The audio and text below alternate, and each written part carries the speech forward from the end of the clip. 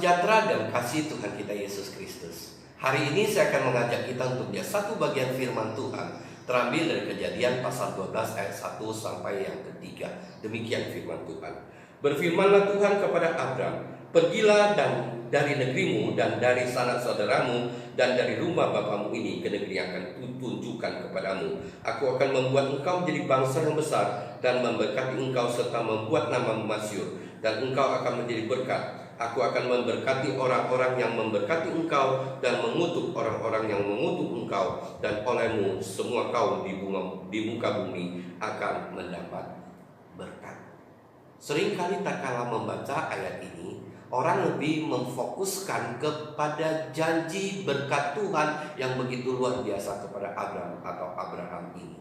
Sehingga orang lupa ada berkat yang pertama dan yang utama yang tidak boleh dikesampingkan. Karena tak kalah berkat yang pertama dan yang utama dikesampingkan, maka berkat-berkat yang lain pun pasti Abraham tidak akan mendapatkan. Berkat apa ini? Berkat yang pertama dan yang utama ini apa? Inilah berkat itu, bahwa Allah dari sekian banyak manusia yang hidup di kota Ur Kasdim, Allah memilih Allah memilih Abraham. Kalau kita perhatikan, apakah kelebihan Abraham sehingga Allah memilih dia, Allah memanggil dia untuk pergi menuju ke tanah perjanjian, satu tempat yang tidak diketahui oleh Abraham ini sebelumnya. Dia tidak tahu. Allah memimpin dia menuju ke sana. Apa kelebihan Abraham?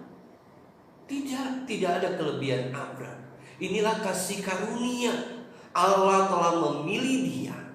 Allah telah memanggil dia untuk pergi ke tanah perjanjian. Dan inilah yang menjadi berkat yang pertama dan yang utama di dalam kehidupan Abraham. Bukan karena Abraham lebih saleh dari yang lain, bukan Abraham lebih baik dari yang lain. Kalau menurut catatan yang ada, bahwa Abraham hidup di tengah-tengah bangsa yang menyembah berhala, menyembah dewi bulan, sama juga seperti dia. Tetapi kalau Allah memilih dia, memanggil dia, inilah kasih karunia. Inilah berkat yang utama, yang tidak boleh ditinggalkan, yang tidak boleh tidak ada dalam kehidupan kita sebagai umat Allah. Kita dipilih, kita dipanggil, itu karena kasih karunia-Nya, bukan karena kita hebat, bukan karena kita baik, bukan karena kita saleh. Demikian juga dengan Abraham. Dan berkat yang kedua yang didapatkan oleh Abraham adalah Allah bukan hanya sekedar memanggil dia dan memilih dia untuk menuju ke tanah perjanjian, tetapi Allah memberikan firman-Nya. Allah berfirman kepada dia, memberikan perintah kepadanya untuk pergi. Inilah berkat yang kedua, menyuruh dia pergi. Artinya berkat ini adalah bicara tentang firman. Firman yang terus membentuk dia untuk dia menjadi orang seperti apa yang Tuhan kehendaki, menjadi orang yang taat.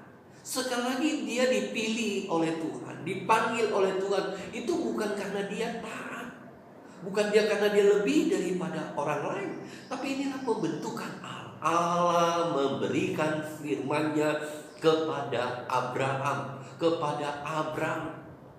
sehingga dia bisa belajar daripadanya, bahkan belajar taat. Kalau dikatakan dia dipilih oleh karena taat, tentu bukan. Kalau kita perhatikan firman Tuhan di dalam Kisah Para Rasul pasal 7 ayat 2 dan 3, sebenarnya panggilan yang pertama itu bukan di Haran ini, bukan di dalam Kejadian pasal 12 ini, tetapi waktu dia di Ur Kasdim itulah Allah telah memanggil dia. Itu dinyatakan di dalam Kisah Para Rasul pasal yang ke-7 ayat 2 dan 3. Tapi kalau kita perhatikan di dalam Kejadian pasal 11 ayat 31, di situ dinyatakan bahwa Tera, bapaknya Abraham, inilah yang membawa mereka menuju ke tanah Kanaan. Apa yang dapat kita dapatkan dari dua peristiwa ini? Tentu tidak bertentangan. Tapi disinilah Allah firman Tuhan ingin menyatakan suatu pelajaran bagi kita, bahwa tak kala Abraham dipanggil oleh Tuhan, dia baru mengenal Tuhan. Imannya baru tumbuh. Imannya masih sangat muda. Oleh sebab itu, Tuhan memakai bapaknya Terah untuk mendampingi dia, untuk mendukung dia, untuk pergi ke tanah perjanjian. Tapi kita juga lihat, tak kala mereka sampai di Haran, mereka berhenti. Kenapa berhenti? Karena sekali lagi saya katakan, Abraham ini kondisi imannya baru bertumbuh. Dia belum bisa sepenuhnya untuk bagaimana berjalan sesuai dengan apa yang Tuhan kehendaki, apa yang Tuhan perintahkan. Logikanya masih main begitu kuat, begitu kental. Apalagi mereka adalah pedagang. Tak kala mereka sampai di Haran, mereka merasa bahwa inilah tempatnya, inilah yang Tuhan kehendaki. Suatu tempat yang maju, satu tempat yang penduduknya banyak, sama seperti Ur-Kasdim yang mereka tinggalkan. Jadi ini satu tempat yang sangat ideal. Maka berhentilah mereka di sana. Dan kita ketahui bagaimana di sana kehidupan mereka semakin maju. Dan pada saat inilah Tuhan memanggil Abraham untuk pergi meninggalkan Haran, untuk pergi ke tanah perjanjian. Waktu di Ur-Kasdim, dia meninggalkan tempat itu masih ada bapaknya. Tapi di sini sudah tidak ada bapaknya. Dan yang kedua adalah kita melihat bahwa Abraham di tempat ini dia sudah semakin hari semakin kaya. Dia sudah begitu banyak hartanya, dia sudah begitu banyak orang-orang budak beliannya. Dan tentu di sana dia sudah punya usaha-usaha yang bisa membuat dia semakin kaya. Tapi disinilah kita melihat pembentukan Tuhan di dalam hidupnya. Sehingga saat ini dia tidak lagi mengandalkan manusia, tetapi mengandalkan Tuhan. Sehingga walaupun sudah tidak ada bapaknya, tidak ada lagi menjadi patokan untuk dia tetap menetap. Dia tetap berjalan sesuai dengan apa yang Tuhan kehendaki. Imannya terus bertumbuh di dalam Tuhan, karena ada pengenalan kepada Tuhan yang luar biasa di dalam hidupnya. Kenapa bisa begitu? Karena ada kedekatan dengan Tuhan, ada firman Tuhan yang terus membentuk hidupnya, ada perintah-perintah Tuhan yang terus membentuk hidupnya untuk dia semakin melihat akan kuasa Tuhan, akan kasih Tuhan yang tidak pernah memberikan yang tidak baik kepada dia, sehingga dia taat melakukan apa yang Tuhan perintahkan kepada dia. Ini yang kedua berkat yang didapatkan oleh Abraham atau Abraham. Dan yang ketiga kita melihat, inilah berkat yang ketiga. Di dalam perjalanan Abraham, tak kala dia berhenti di satu tempat, selain dia mendirikan kemah untuk tempat tinggal mereka menetap di sana, ada satu hal yang tidak pernah dia lupakan, yang juga dia dirikan di dekat kemahnya. Apa itu? Yaitu mezbah Tuhan. Mezbah Tuhan untuk dia memberikan korban bakaran kepada Tuhan. Mezbah Tuhan di mana dia di sana datang kepada Tuhan untuk beribadah kepada Tuhan. Perjalanannya yang bersama dengan Tuhan, melihat kasih Tuhan yang begitu luar biasa dalam hidupnya, melihat kuasa Tuhan yang begitu luar biasa dalam hidupnya, membuat dia semakin mengasihi Tuhan, sehingga membuat kehidupannya selalu rindu untuk bertemu dengan Tuhan, untuk beribadah kepada Tuhan. Inilah yang didapatkan oleh Abraham di dalam perjalanan bersama dengan Tuhan. Inilah berkat yang ketiga yang didapatkan oleh Abraham. Demikian juga Natal. Kita bicara Natal. Berkat Natal yang paling indah, yang paling utama, yang pertama yang harus kita peroleh dalam hidup kita apa? Tentu bukan bicara tentang hadiah yang banyak yang kita dapat atau hadiah yang besar. Bukan. Hadiah yang paling pertama dan yang utama bukan juga angpau yang besar, yang tebal, bukan. Tapi berkat Natal yang paling utama yang harus ada di dalam hidup kita adalah bagaimana kita menjadi orang yang sungguh-sungguh mengenal Tuhan. Kita menjadi orang yang sudah dipanggil, sudah dipilih oleh Tuhan. Kita menjadi orang yang kemudian mengenal Dia dan percaya kepada Dia dan akhirnya memperoleh keselamatan yang kekal. Kita menjadi orang yang mengenal Dia dan percaya kepada Dia dan sungguh-sungguh sehingga Dia, Kristus Yesus itu lahir di dalam hidup kita. Inilah berkat yang pertama dan yang utama yang harus ada di dalam hidup kita, untuk akhirnya kita bisa mendapat berkat-berkat yang lain yang daripada Tuhan. Tanpa berkat yang pertama dan yang utama ini, maka semua berkat-berkat yang lain itu menjadi sia-sia karena tidak punya nilai rohani bagi kita dan tidak punya nilai kekekalan untuk hidup kita.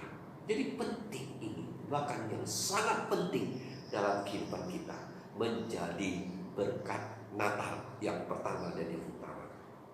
Dan yang kedua adalah berkat Natal yang kedua yang harus kita perhatikan adalah berita Natal, firman yang masuk di dalam hidup kita, firman yang terus membentuk hidup kita menjadi orang yang semakin mengenal Tuhan, mengenal kasih Tuhan, mengenal kuasa Tuhan, yang membuat kita semakin mengasihi Dia. Firman Tuhan yang terus berkarya dalam hidup kita sehingga kita bisa menjadi orang yang firman Tuhan satu persatu kita taatkan, kita lakukan dalam hidup kita. Inilah berkat Natal yang harus ada di dalam hidup kita, yang harus kita perhatikan, yang harus menjadi hal yang penting selain yang lain-lain. Berkat Natal yang lain. Dan yang ketiga, berkat Natal yang ketiga adalah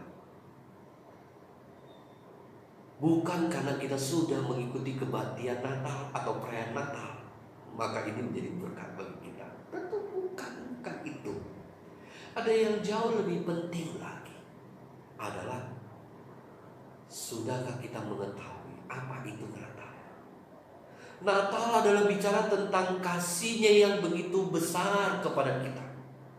Dia yang dari kemuliaannya yang di surga meninggalkan segala kuasa dan kemuliaannya, datang ke dalam dunia ini, lahir di sebuah kandang, diletakkan di dalam palungan, datang ke dalam dunia yang penuh dengan segala kejahatan dan dosa, segala kenajisan dan kekotoran hidup manusia.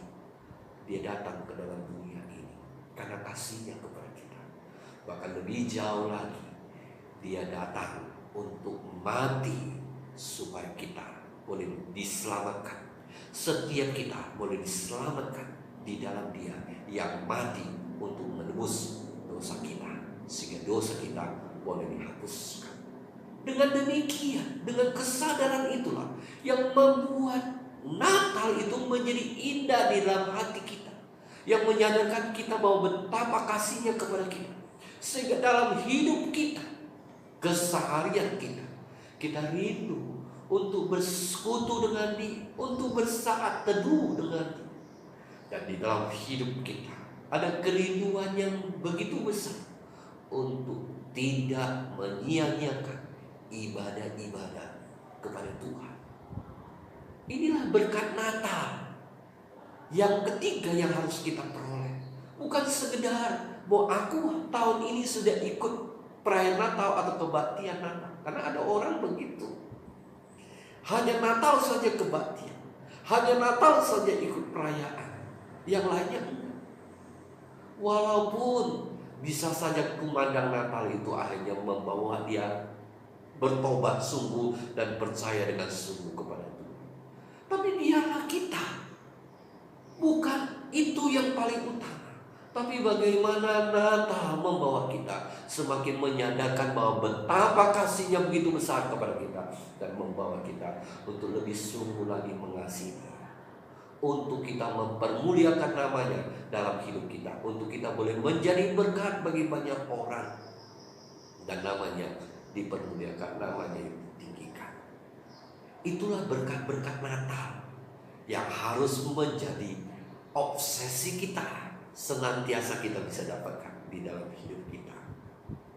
Sehingga janji berkat yang diberikan kepada Abraham juga bisa menjadi bagian daripada kita.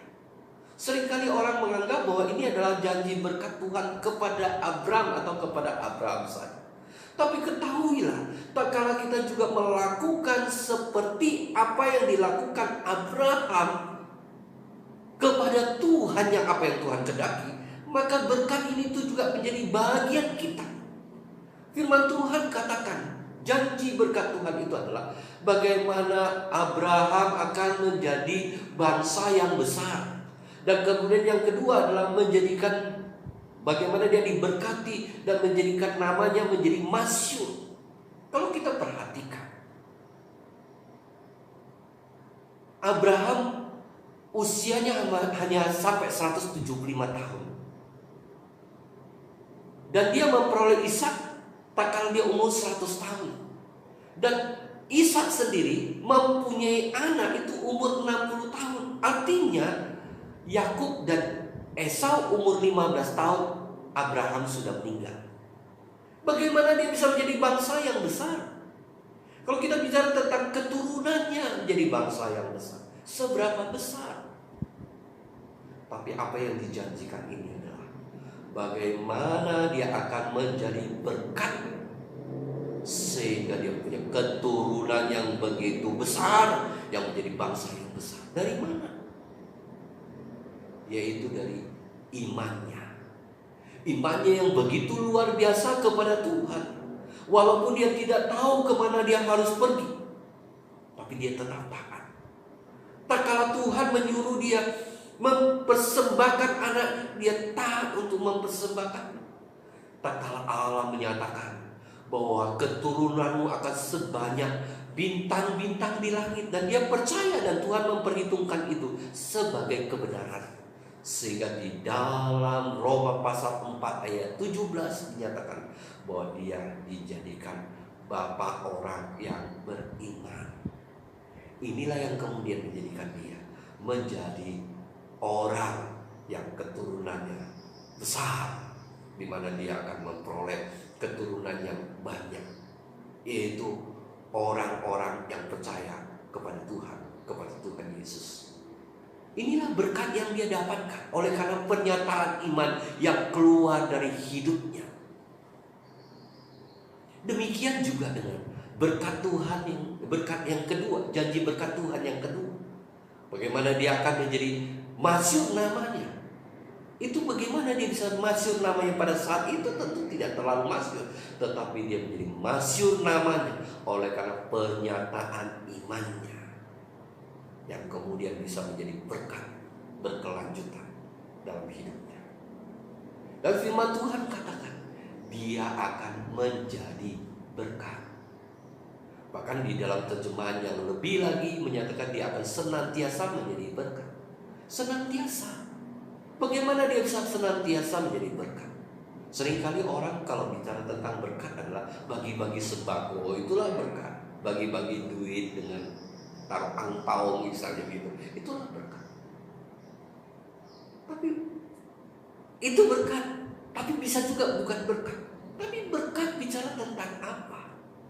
Berkat yang paling utama adalah bicara yang paling prinsip. Bagaimana hidupku bisa keluar pernyataan-pernyataan imanku kepada Tuhan. Ada iman di dalam hatiku kepada Tuhan yang akhirnya menghasilkan satu kehidupan yang berkenan pada Tuhan, dan hidup yang berkenan kepada Tuhan itu yang membuat saya berbuat kepada orang lain. Itulah berkat. Apa saja yang saya perbuat, yang keluar dari iman saya, yang menghasilkan perbuatan yang memperkenankan hati Tuhan, yang mempermuliakan nama Tuhan, itulah berkat yang sesungguhnya. Itu bisa berbentuk materi, tapi bisa saja tidak berbentuk materi. Tapi ini akan memberkati orang itu, bukan hanya memberkati dia secara jasmani, tapi juga diharapkan orang itu bisa mendapatkan berkat secara rohani, di mana orang itu bisa akhirnya mendapat hidup yang kemudian berkenan juga kepada Tuhan, atau orang yang belum percaya akhirnya bisa menjadi orang yang percaya. Itu berkat Tuhan. Itu juga akan menjadi bagian kita tatkala kita melakukan seperti apa yang dilakukan oleh Abraham. Dan firman Tuhan bicara tentang bagaimana Abraham akan menjadi orang yang setiap orang yang memberkati dia, Tuhan akan berkati. Setiap orang yang mengutuk dia akan dikutuk. Ini bicara tentang apa? Ini bicara tentang bahwa Allah yang akan menjadi pembela bagi umatnya, bagi anak-anaknya yang mengasihi dan taat kepada dia. Ini bicara tentang itu. Bagaimana Tuhan lah yang akan menjadi pembelanya, Tuhan yang akan menjadi pelindungnya, Tuhan yang akan memberikan yang terbaik bagi dia. Jadi dalam kehidupan kita, kalau ada orang yang ingin memusuhi kita atau memusuhi kita, kita tidak perlu ribet untuk menghadapi orang seperti itu. Ada Allah yang membela kita. Walaupun dia mungkin mereka-rekakan hal yang jahat, Tuhan dapat mereka-rekakan hal itu menjadi kebaikan bagi kita. Dan Tuhan menginginkan kita, apa yang menjadi berkat itu, memberkati banyak orang.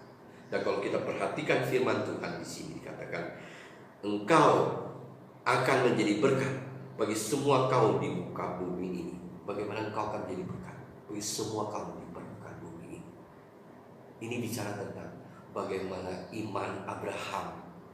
Dari iman Abraham ini lahirlah keturunan, dan dari keturunannya akan lahir Yesus Kristus Tuhan kita yang hari ini kita rayakan, yang akhirnya tergenapi bagaimana dia akan menjadi berkat bagi semua kaum di seluruh permukaan bumi ini, yaitu melalui Yesus Kristus Tuhan, Juru Selamat kita, Tuhan kita, Allah kita, yang hari ini kita rayakan hari kelahirannya.